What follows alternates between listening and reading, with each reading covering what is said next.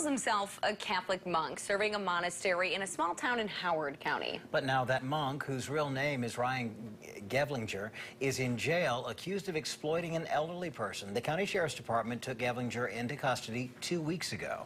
ABC 17's Lucas Geisler has been following this story for a year now. And Lucas, tonight you found out why he's in jail. Marissa and Joey, the official charge from the Howard County prosecutor is financial exploitation of an elderly person. According to law enforcement, Gevlinger tried to convince an elderly woman to sell her farm in Iowa and give him some of the money. One neighbor tells us his time in the small town has left a poor impression. I don't know. We have a lot of Steve Hayes' new neighbor had only lived at the old church for a year, but the two often argued about a shed and a driveway between the two properties. Anybody who's known him more than 10 minutes is going to know that he is not a man of God.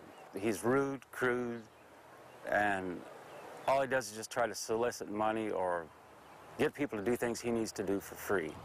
According to the Howard County Sheriff's Department, that's what landed Ryan Gevlinger in jail.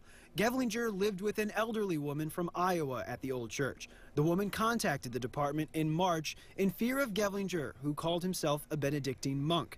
The statement says Gevlinger wanted the woman to sell her farm in Iowa, a portion going to her 7 children and a large sum to himself.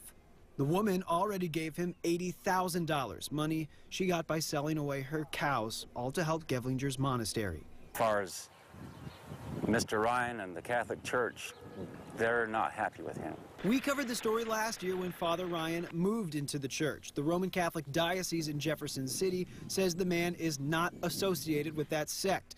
He was also running into financial trouble in Iowa back in 2012. When we spoke to Gevlinger last year, he called himself Ryan St. Anne Scott. He also goes by Abbot Ryan St. Anne and hardly by his real name, Randall Stocks. We tried to call the Holy Rosary Abbey, his church in Armstrong, as well as his cell phone.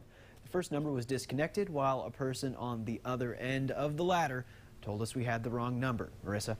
Thanks, Lucas. Gevlinger's bond is set at $150,000 cash only. He will have a preliminary hearing on May 1st.